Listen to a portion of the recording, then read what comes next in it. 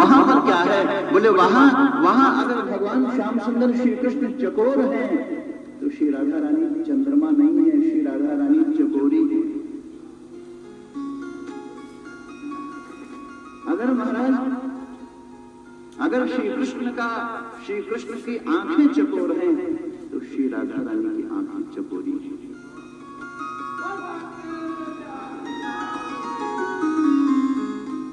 अगर श्याम सुंदर श्री कृष्ण चंद्रमा है तो श्री राधा चांदनी है। महाराज यहां चंद्रमा और चकोर का रिश्ता नहीं है, यहां चांद और चांदनी का रिश्ता है।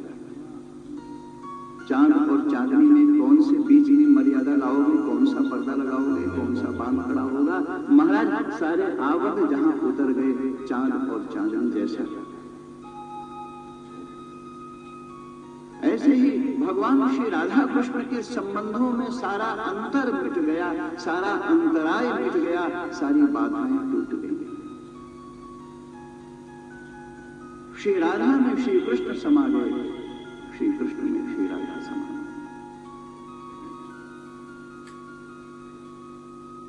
महाराज एक बात की चर्चा यहीं पर और करने, थोड़ा और सूक्ष्म में थोड़ा उतर जाए। महाराज भगवान श्री राधा कृष्ण के संबंधों की बातें तो अभी बहुत करनी है, परंतु एक बात यही इसी प्रसंग में कर लेते हैं।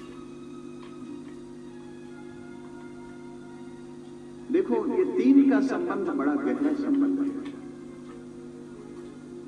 श्री वृंदावन, श्री कृष्ण और श्री राधा, क्योंकि ये तीन ऐसे हैं, तीनों अगर एक साथ हैं तो वृंदावन भी सच्चिदानंद है, सच्चित आनंद स्वरूप है, कृष्ण भी सच्चिदानंद है और श्री राधा भी सच्चिदानंद है।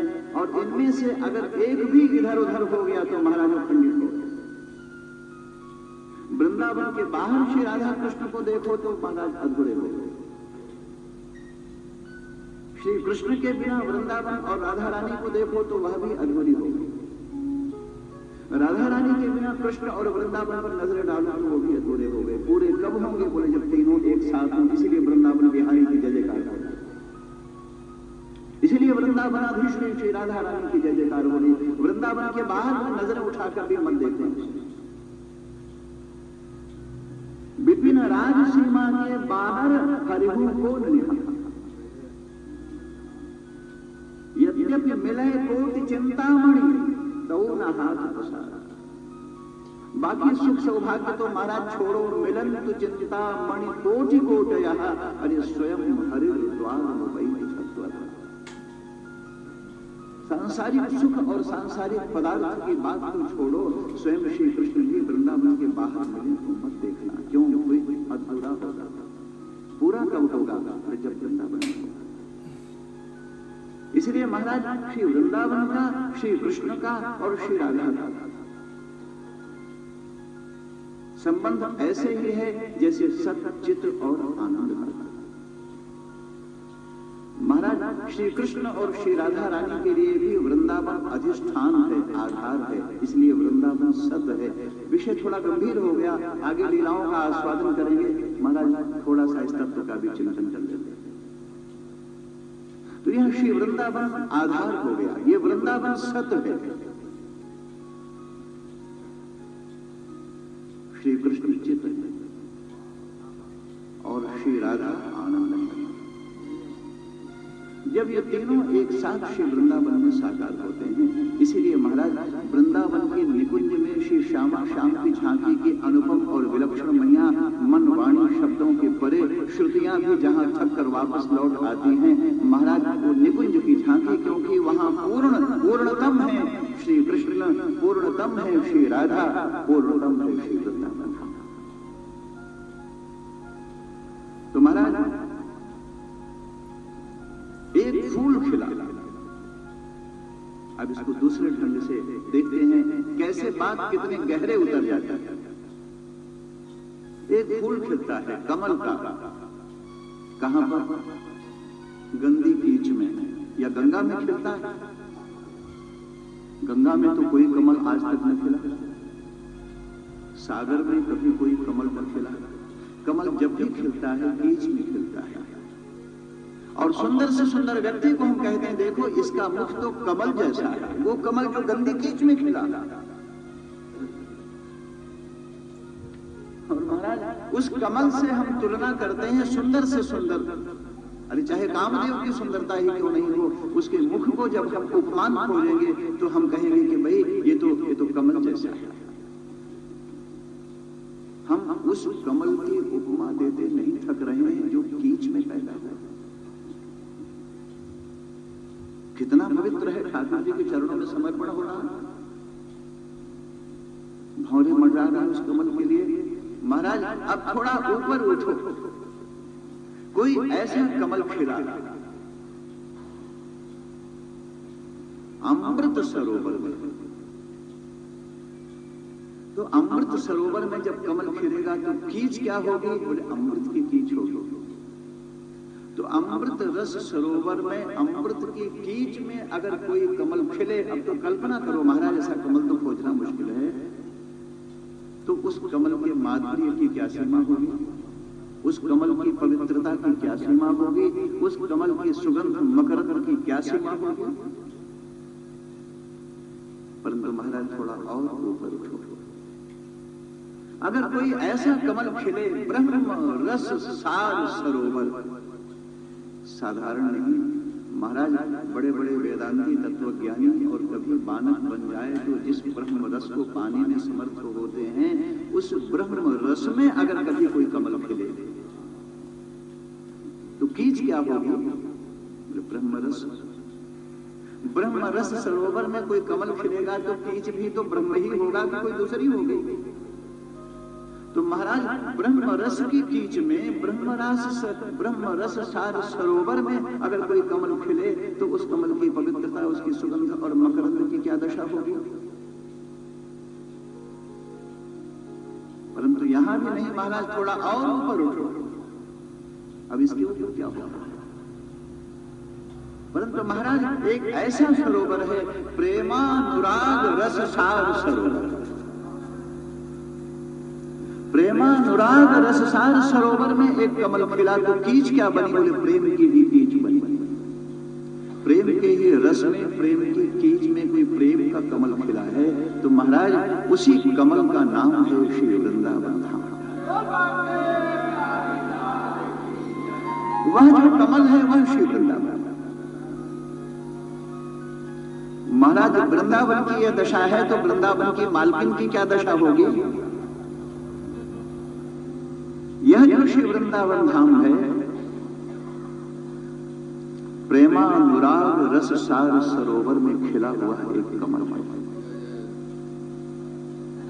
और उस कमल के अंदर पीली पीली जो केशरें दिखाई पड़ते हैं यही गोरी गोरी गोपियां हैं।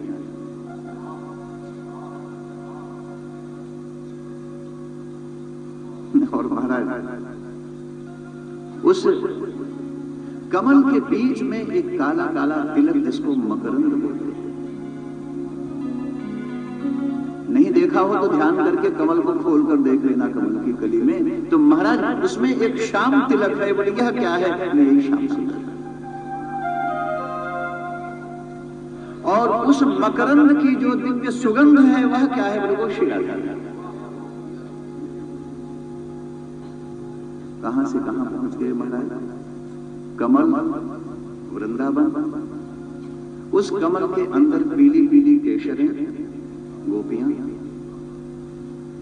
उसका जो काला तिलक है श्याम सुंदर जिसको मकरंद बोलते हैं, और उस मकरंद में भी जो भीनी भीनी सुगंध भरी है श्री राधा रानी। महाराज उन श्री राधा रानी तक कैसे पहुंचोगे? इसलिए मूल आधार तो श्री वृंदावन धाम है। वृंदावन के बिना राधा तक पहुंचना मुश्किल है। तो क्या सारे लोग वृंदावन चले जाएं? वे वृंदावन जाने की जरूरत नहीं है, वृंदावन को बुलाने की जरूरत है। नहीं तो सारे लोग अपने फ्लैट और अपने मकान बनाओ और चाहे आश्रम बनाओ तो वृंदावन तो मुंबई कलकत्ता से भी बड़ा शहर हो जाएगा, बड़ी मुश्किल हो जाएगी महाराज। इसलिए वृंदावन मत जाओ। वृंदावन जाने से मिलने वाला भी कुछ नहीं है। वृंदावन को अपने ही घर में बुलाओ। कौन से घर में? बोले इस मकान में। ये जो 9 दरवाजे का मकान लिए बैठे हो ना, इसी में वृंदावन को बुलाओ, अपने ही हृदय को वृंदावन बनाओ और इसे ही निकुंज बनाकर कभी श्यामा श्याम को विराजमान कर अपने जीवन का परम सौभाग्य पाओ।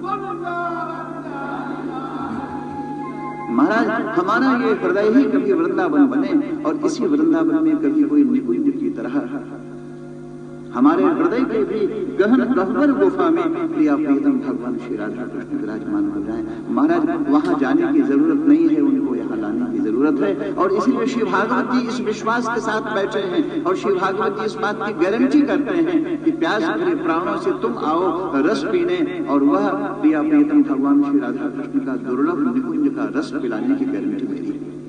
वो रस में तुम प्यास तुम लेकर आओ, रस में पिलाओ। और प्यासे ही लेकर नहीं आओगे तो महाराज केवल प्रश्न ही पैदा होंगे, ये पानी कहां से आया, ये जिस बर्तन में गिलास में रखा है ये गिलास कहां से आया, और व्यर्थ के प्रश्नों में उलझकर अपने जीवन के परम सौभाग्य से वंचित हो जाए। तो महाराज, अब थोड़ा कथा में प्रवेश कर लें। सभी भक्तजनों को और सब माताओं को ये तो पता ही है कि श्रीमद् भागवत जी की इस कथा में श्री राधा भाव की प्रधानता है। राधा भाव की प्रधानता में कथा सुनने का सुयोग और सौभाग्य राधा रानी की कृपा के बिना नहीं हो सकता। वर्णन करना तो प्रत्यक्ष उनकी कृपा ही है, नहीं तो संभव ही नहीं हमारा। जिनका नाम ही श्रीमद् भागवत जी में नहीं है, उनका चरित्र कहां से लाओ, उनकी लीलाओं का वर्णन कहां से हो, उनके किस रंग रूप का, किस झांकी का वर्णन करेंगे महाराज। परंतु जब वो स्वयं कृपा करके अंदर के निकुंज में बैठती हैं तो अपनी झांकी प्रकट करना शुरू कर देती है और उसी भाव से भरकर महाराज अपने प्यासे प्राणों से बैठे बैठे उस रस का आस्वादन कर थोड़ी देर के लिए ही सही अपने पीछे की दुनिया को भुला दो, उस नए संसार में प्रवेश कर अपने जीवन का परम सौभाग्य पाओ। और अगर कहीं भागवत जी की कृपा हो जाए तो महाराज वही झांकी टिक जाए, वही रस ठहर जाए, संसार का विष हमारे प्राणों में न भरने पाए, वो रस ही लहरा उठे हमारे हृदय में। तो महाराज, श्री राधा रानी की कृपा के बिना कथा हो नहीं सकती थी। और इसलिए भगवान शुकदेव के संबंध में ये कहा जाता है कि महाराज, बहुत से लोग इस तरह की बात भी कहते हैं और ठीक मालूम पड़ती है कि श्रीमद् भागवत जी में राधा रानी का नाम इसलिए भी नहीं आया क्योंकि भगवान शुकदेव के का ध्यान जब भी श्री राधा पर जाता, राधा नाम तो उनके मुख से निकल ही नहीं पाता, उसके पहले मूर्छित हो जाता। तो राधा नाम का वर्णन कैसे होता है? राधा नाम की कल्पना से ही जो भाव समाधि में प्रवेश कर जाता, उसके मुख से राधा नाम का उच्चारण कैसे होता। और इसीलिए श्रीमद् भागवत जी में राधा नाम का कहीं पता नहीं दिख रहा। तो महाराज,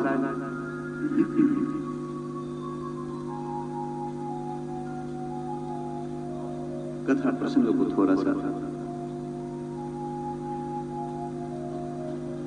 महाराज परीक्षित को श्राप हो गया श्रृंगी ऋषि के द्वारा। 7वें दिन तक्षक नाग के डंस लेने से मृत्यु हो जाएगी।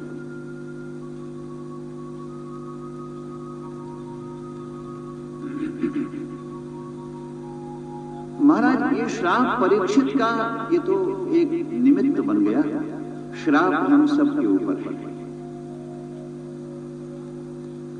प्रत्येक जीव मात्र पर वह श्राप है क्योंकि प्रत्येक को मरना है और मरने के लिए 7 दिन से ज्यादा कोई दूसरा आने वाला नहीं।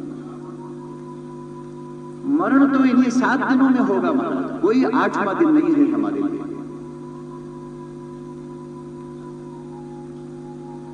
इस दृष्टि से जीव मात्र शाप से ग्रस्त है। जिसका भी जन्म हुआ उसका मरण होगा, और मरण होगा तो इन्हीं 7 दिनों में होगा। महाराज परीक्षित ने अपने गुरुपुत्र श्रृंगी ऋषि के श्राप को अपने जीवन का परम वरदान माना है। क्यों? क्योंकि मरना तो था ही, और मरना तो इन्हीं 7 दिनों में था, परंतु गुरुपुत्र ने कृपा कर मुझे मेरी मृत्यु का दिन बता दिया। महाराज मानो सावधान कर दिया कि तुम्हारी जिंदगी में 7 दिन तो बचे हैं, अब सावधान, संवारो इसे। दुनिया की नजरों में भले ही श्रृंगी ऋषि ने श्राप दिया हो, स्वयं श्रृंगी ने भी अपनी नजर में भले ही महाराज परीक्षित को श्राप दिया हो, परंतु महाराज परीक्षित ने उस श्राप को वरदान ही माना। ये संत की नजर है। तुम चाहे गालियां दो, चाहे अपमान करो, परंतु संत ने उसे केवल महाराज अपनी प्रशंसा और अपना सम्मान ही माना। यह तटस्थ हो, जिसकी गालियां गाली की तरह नहीं छू पाती, उसे जिसकी प्रशंसा प्रशंसा के रूप में उसके कानों में प्रवेश नहीं कर पाती, ऐसा जो तटस्थ भाव से जीने वाला है, सच्चा संत वही है जो राग और द्वेष से मुक्त हो गया, हर्ष और विषाद से मुक्त हो गया, मान और अपमान के परे हो गया, जो निर्द्वंद्व द्वंद्वातीत अवस्था को प्राप्त हो गया। संत वो है, सन्यासी वो है।